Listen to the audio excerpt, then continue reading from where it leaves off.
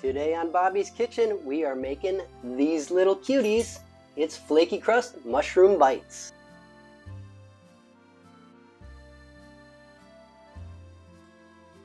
So we are close to Thanksgiving and we are going to do some wonderful Thanksgiving sides coming up. We're going to do a bunch of Thanksgiving recipes actually. We're going to start with this lovely side, these Flaky Crust Mushroom Cups.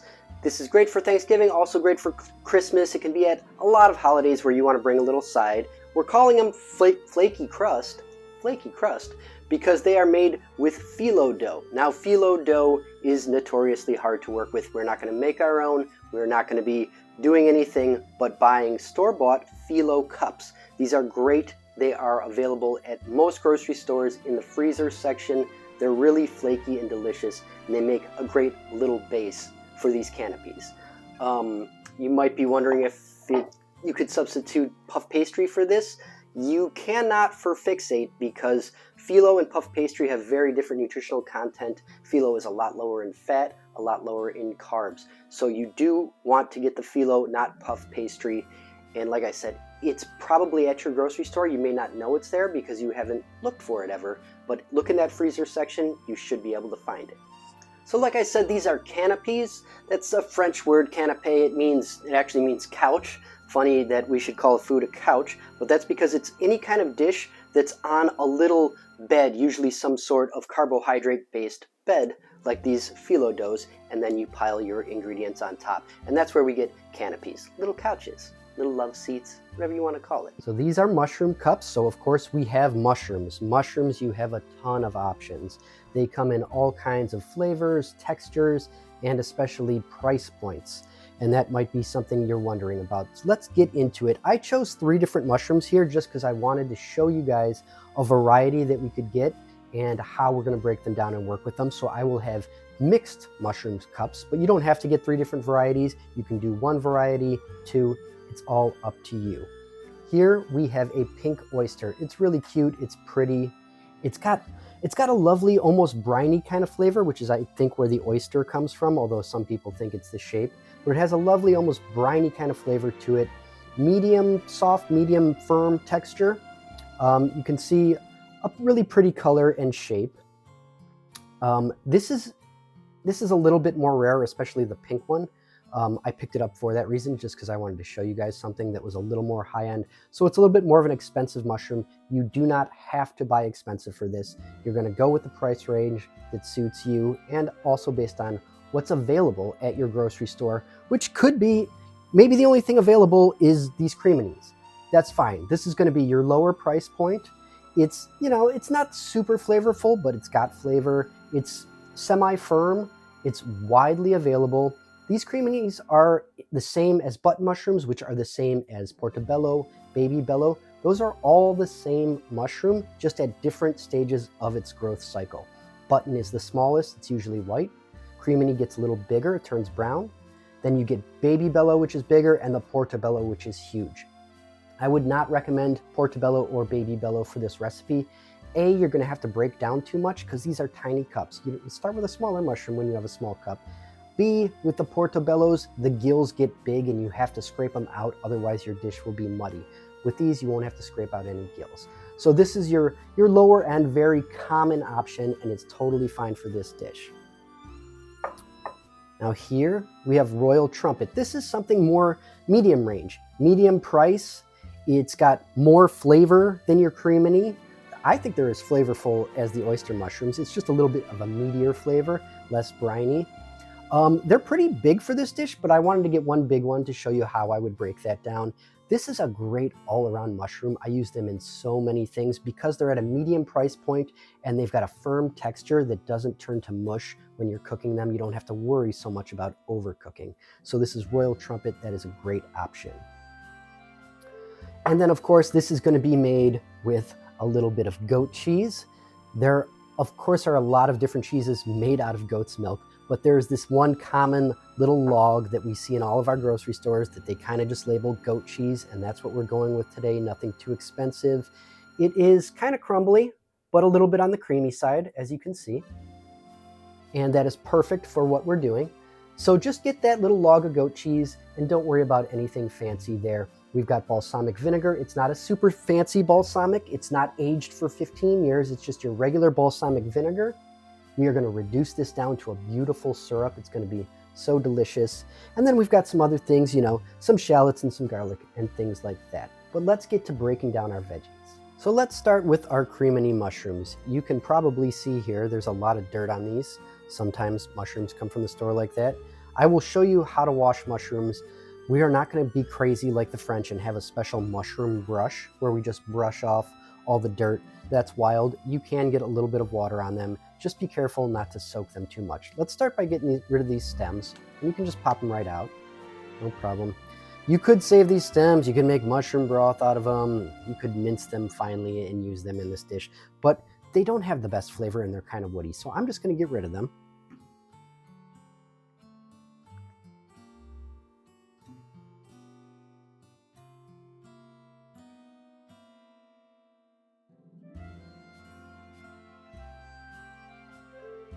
All right, stems removed. We're going to do a rinse. I want them in a bigger bowl so they can float up a little bit. So I'm going to switch this out. Now let's move over to the sink and we'll get these rinsed off. Cold water. I'm going to fill this bowl up. Want our mushrooms to float a little bit. That's why I gave myself extra room in the bowl. Now dirt tends to sink and mushrooms tend to float. So we will use that room to get them rinsed off. Doesn't take much more than that. Let that dirt, give that dirt 1 second to kind of get off those mushrooms and start to sink down. And then we are going to get them onto a paper towel. Stem side down so that there's no water sitting in that opening. And we can see how much dirt was in that water. All right, so give them a little pat on top. Make sure you get all the excess water off. If there's little, you might see some brown coming off onto your paper towel. That's not necessarily dirt. That's just the color of the mushroom. It can come off. You don't have to scrub off all the brown. All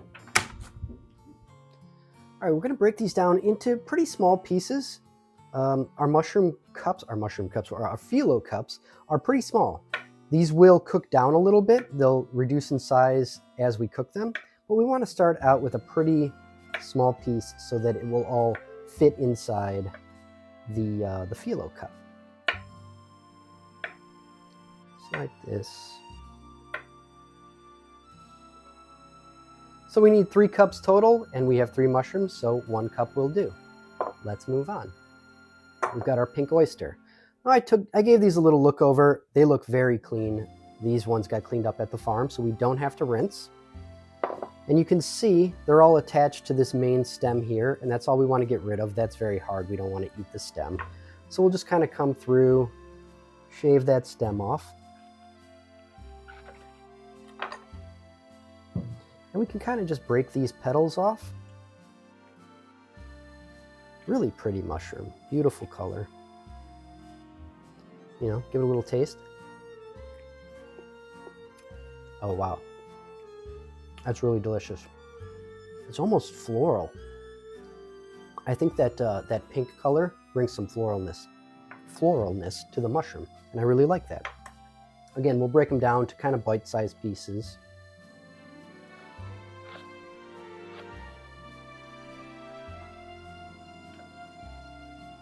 If I wasn't stuffing these little caps, I would leave stuff like this intact because that's really pretty, but it's going to be too big to go inside those phyllo cups, so we will break it down.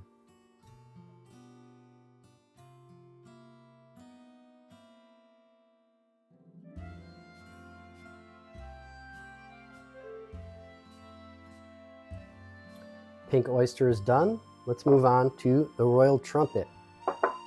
Really love this mushroom. So much you can do with it. It has a really steaky quality. Sometimes I'll just slice them in half and then place them face down and sear them off in a pan. Just eat them like a piece of steak. It's great. But for this, we're going to break them down. You know, you want to get the very root end off. That's always a little woody. And then, whoop, don't let it roll around on you. You know, we're just cutting it into bite-sized pieces. The stems are good and edible, as are the caps.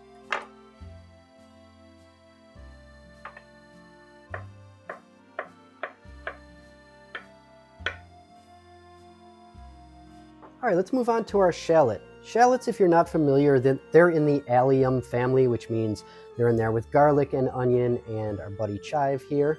They have that strong flavor like garlic and onion. They're kind of somewhere in between. They're not as potent as garlic. They have a little bit more flavor than onion, and they work well raw, but they have a bit of a kick. So they are going to go in with our goat cheese today. We're going to be eating them mostly raw, which is why I'm not putting garlic in with the goat cheese, but it's going to still have a little bite that'll go with the power of that goat cheese and won't get overwhelmed the way an onion would. So just like an onion, it's the same breakdown, it's just smaller. I have left the root intact. That'll hold things together. I'm going to cut it in half.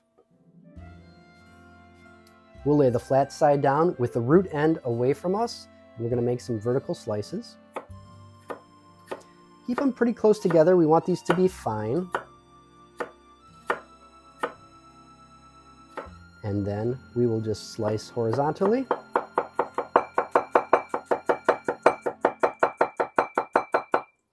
We don't want to eat the root. Get rid of that. You have a nice fine dice there. And let me do the other half. Moving on to our garlic, we got a couple cloves here. You guys, a suggestion, buy your garlic peeled. It doesn't make it any less fresh, and you actually get better cloves because they know that you can see what you're getting, so they give you nice whole cloves. You don't have to go through the process of peeling. The only thing you want to avoid is the peeled garlic that they put in vacuum bags because it sucks the juices out and it makes them go bad more quickly. But if they are not vacuum sealed, get the peeled stuff. It's much nicer, honestly. Just take the root end off. Root ends off, and the easiest way to mince garlic is start with a smash.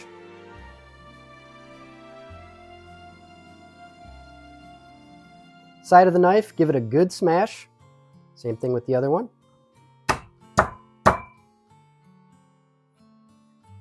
It's already practically minced. We're going to run the knife through one time.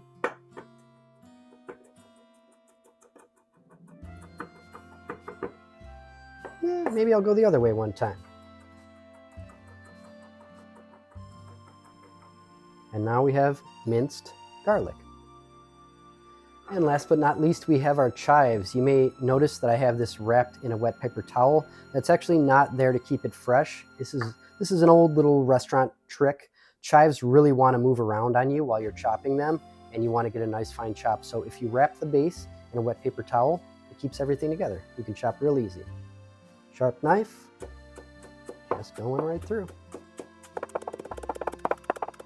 Now, you may, if you're chopping chives, get an accordion chive. Let me see if I can kind of make that happen with one of these on purpose.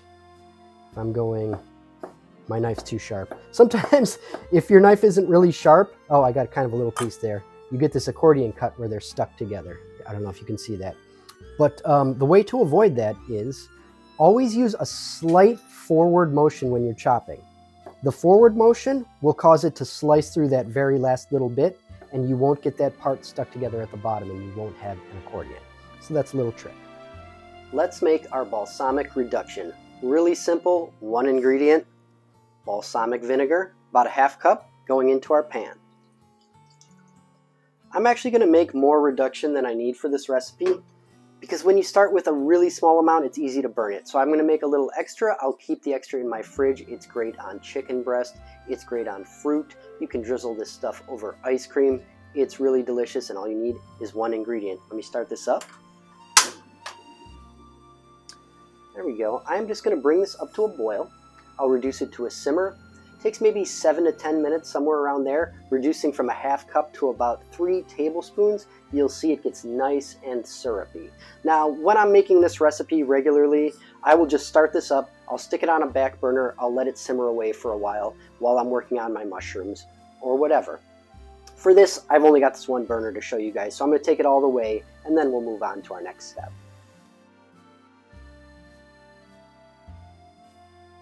All right, you know you're getting close when those bubbles start to get kind of foamy like that, and you can see I can drag my spatula, and it's not filling in very quickly. Nice and syrupy. I'm going to call that good. We will kill the heat. So let's saute some mushrooms. I'm going to use my wok here. I love this. I use it for a lot of things. It's got a lot of space to it, so I can really spread stuff out, but it also concentrates things a little bit towards the center when I shake it. If you don't have a wok, go ahead and use just a large saute pan. That is just fine. Let me heat this up. I'm going to let this get really hot. I treat mushrooms like I treat a piece of meat, like a steak. We want to get a nice sear on the outside, but we don't want to overcook them. That means we need a lot of heat. So we're going high heat. We're going to let our pan preheat. Then we're going to add our oil. Then we're going to add our mushrooms. All right, a little bit of smoke from my wok is fine by me. Ghee goes in. Give that just a second to get hot. Swirl it a bit. And now mushrooms in. Good sizzle, that's what we want.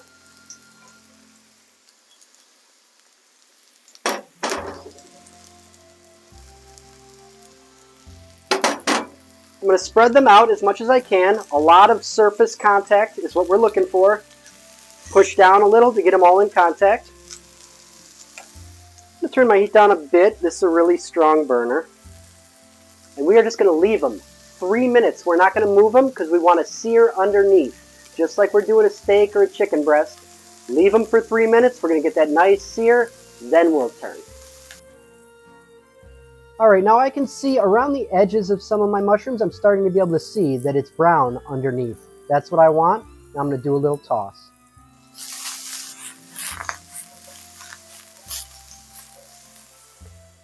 Beautiful. Beautifully seared on the bottom. That's exactly what I'm looking for. Let's get in here for a close-up. 2 more minutes on the other side. I'm turning down the heat to medium. We've got our sear. We don't want to burn everything else. Garlic's going in. Salt, pepper, and thyme.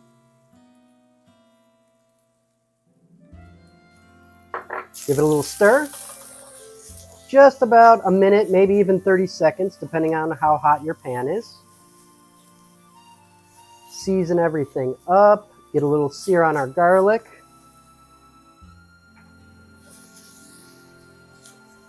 And we are good to go. Last piece of the puzzle here, we've got our goat cheese mixture. Real simple. The goat cheese we talked about earlier. Going into our little blender here. A little bit of Greek yogurt.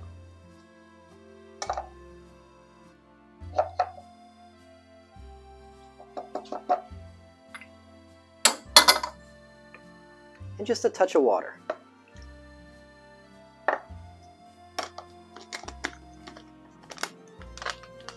I'm going to blend this up, get a nice smooth texture.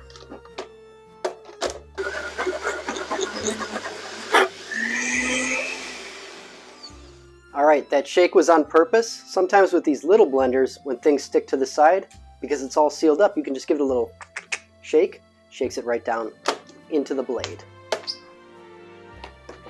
Let's take a look at our texture.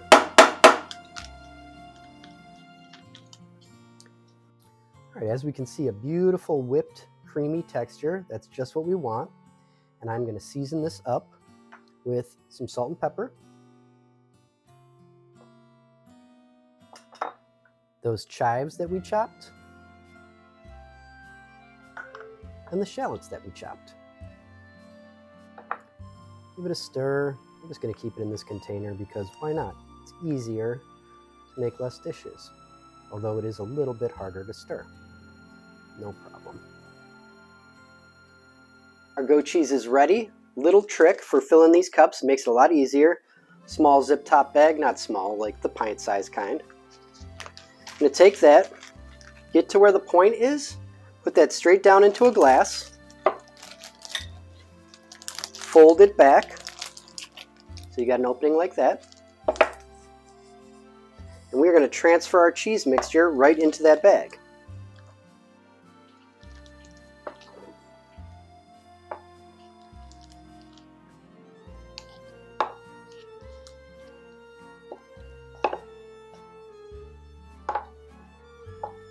Once the cheese mixture's in, pop it out, squeeze everything down into the corner, seal it up.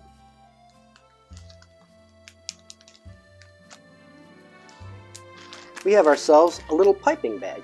We're just going to snip this corner off with a pair of scissors and we'll be ready to pipe.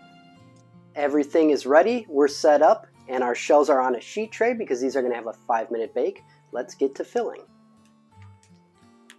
Got my cheese mixture here in my piping bag. And we're just going to pipe each one about 3/4 full to begin with. Then we'll go with some mushrooms. And you can really stack these mushrooms on there. Press them down into that cheese mixture so they stay in place. It's going to be piled high so it looks nice.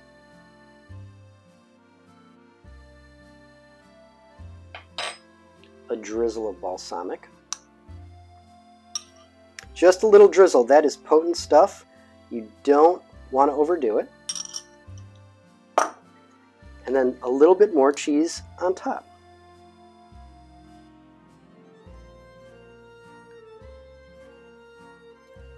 And we will keep moving down the line.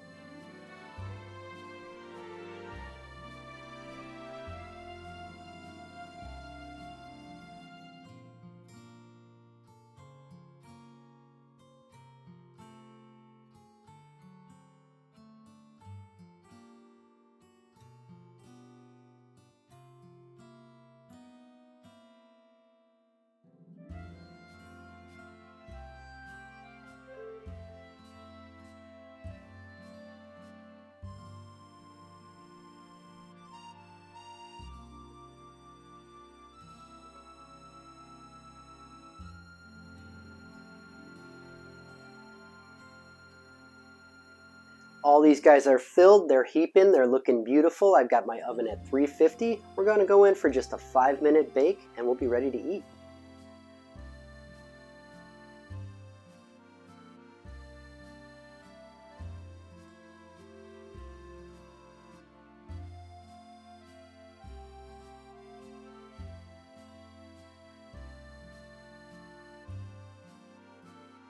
Our mushroom bites are finished. They smell delicious. As always, I wish we had the smell-o-vision. Let's finish these up with a sprinkle of chives. That always looks nice. Let them get on your plate. Just a nice presentation.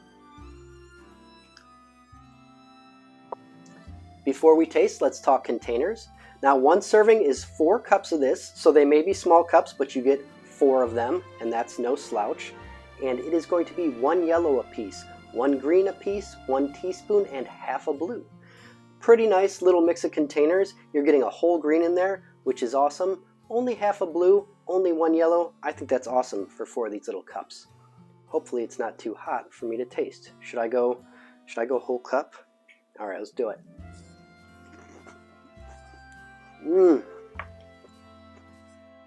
That was worth it. It's a big bite, folks. Very worth those containers. Man, the sear on those mushrooms is so nice. The tang of the goat cheese, the shallots poke through because they have a little bite to them. Everything in here is in perfect balance. A little bit of vinegar, a little bit of balsamic, that little pop of acid is bringing everything out. I mean, this is tasting like restaurant quality stuff. It looks really cute, guys. I hope you can see them well.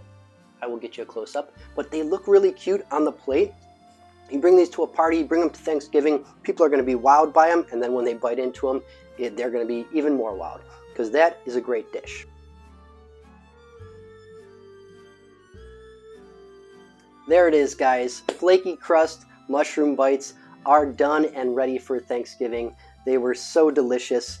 Thank you all for tuning in, and remember, if you want more recipes like this, we've got hundreds more on the Fixate Cooking Show on Body.com, and if you want more here on YouTube, very important to like and subscribe, because we need subscribers to keep the channel going, bringing you lots more recipes every week. Thanks for tuning in.